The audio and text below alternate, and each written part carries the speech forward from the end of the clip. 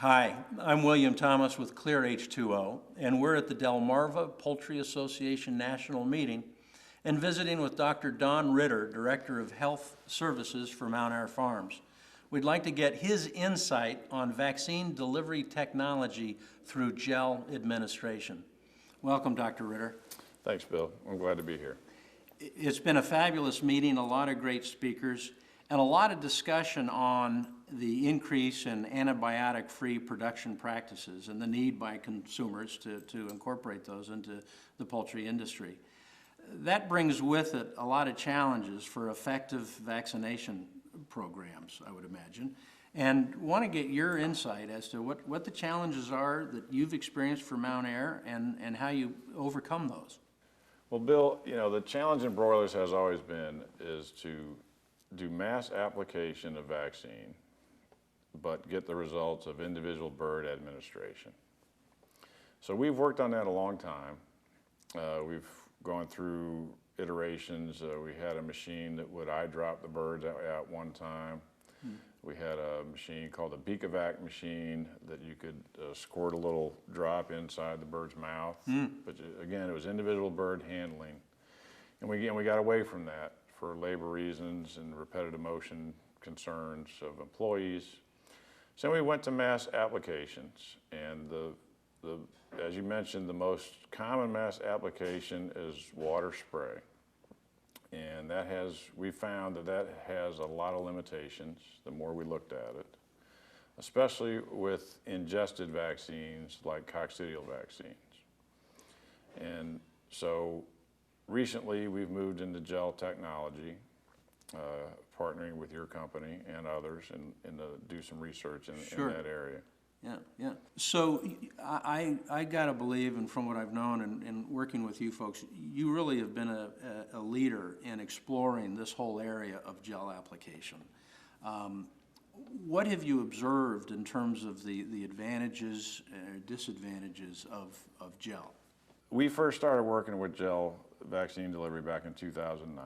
And I really do think we were pioneers back then. Absolutely. And we were looking at coccidial vaccine application and measuring outcomes basically by necrotic enteritis incidence, or number of birds that get necrotic enteritis.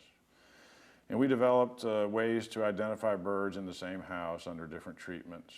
And we found that our incidence of NE when we used a coccidial vaccine was lowest actually on the gel vaccinated birds of any other mass application method. Now, if we hand vaccinate birds by gavage, that was obviously the best. Sure. So what we're seeking is a mass application method that approaches gavage results.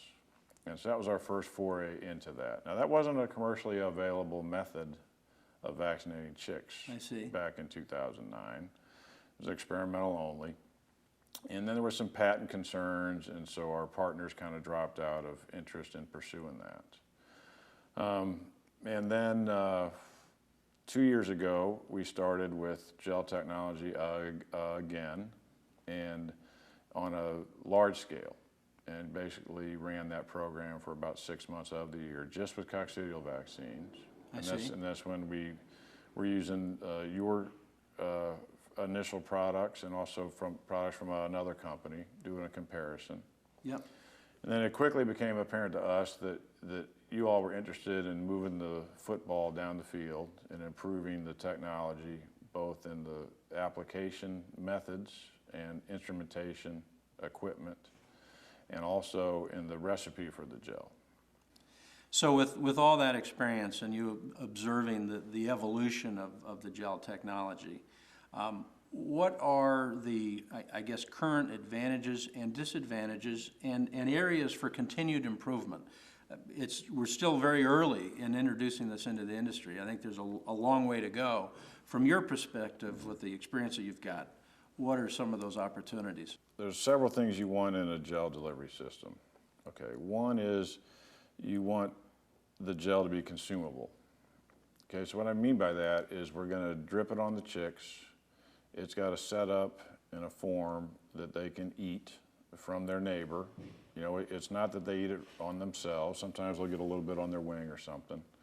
But they're usually eating it from their buddy that's next to them. because it's applied to their feathers and they can pick it off of them. So if you have a product that soaks into the chick down very quickly, it quickly becomes unavailable to the chick and unavailable for consumption.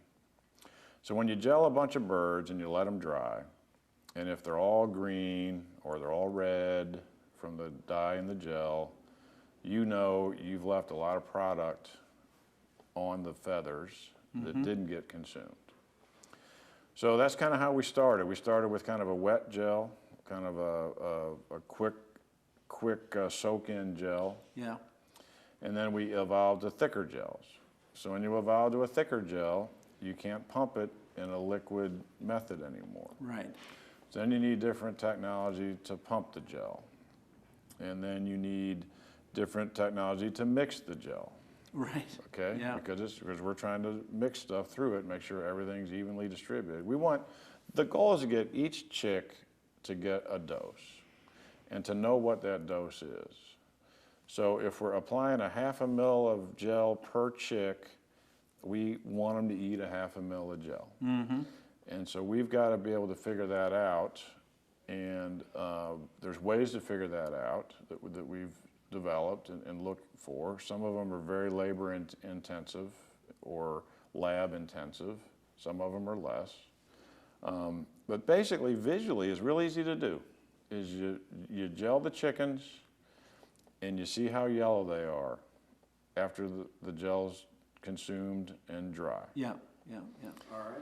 So in terms of the efficacy, with the experience that you've had and as the various products have evolved, what's your current assessment of the overall efficacy of this method of delivery? Well, in our hands, I think the gel delivery has been very efficacious. And the way we mainly measure that is our incidence of necrotic enteritis when we're on a coccidial vaccine. We've had each time we've improved the gel process, we've gotten less necrotic enteritis. And our chicks are much drier, okay? And they're less green. So I know they're eating more. We're vaccinating more individual birds. Our research data says that. Our feed conversion performance says that. We're getting record feed conversions on a coccidial vaccine without the aid of ionophores. That's important to note. Terrific. So it's not naked vaccine. We do use BMD and Stayfac, but we don't use an anticoccidial that would affect the coccycycline. Right. So we're relying on application, even application, all the chicks, to optimize the coccycycline. And gels allowed us to do that. And a better gel and a better delivery will allow us to do that more. Terrific. There's been a lot of interest with all of the different numbers of vaccines that are needing to get applied in the hatchery to combine them into one gel application. Do you see that as a viable opportunity? Yes, I very much see that as a potential opportunity to combine vaccines into one application of gel. And in fact, we're trying that this summer and have tried it by putting our respiratory vaccines in combination with our cocci vaccine, all in one application. See, because part of the problem is if you pre-wet them and then you apply gel on top, then you get more of a soak-in of your gel or a roll-off, but you're losing some of your gel consumption just by pre-wetting them. And we found in our limited studies, now we haven't done exhaustive studies, but our initial work shows that our efficacy of our respiratory vaccines is equal or better than water spray by putting everything in the gel together. In fact, we plan to continue with gel application of our respiratory vaccines into this winter and see if we can continue to demonstrate some benefits from that. Well, certainly there's been, a great leap forward with this technology, but as I prefaced to our discussion, there's still a lot of room for improvement. What do you see as the ideal gel, and if you had to identify some attributes for development that we should be looking at? Well, Bill, to me, the ideal gel and the variables that we're trying to control or optimize are one, we think we want a lot of droplets in a chick box. We think we want a lot of chances for chicks to consume individual doses, if you will, of vaccine. Okay, so we're looking at number of drops. Next thing we're looking at is we want the gel to stay in its original drop form as long as possible to be consumed before it soaks into the chick down and becomes unavailable. Generally, it's unavailable once it soaks in. Right. And then we don't want to wet the chicks. You know, we want to bring dry chicks out to the growers.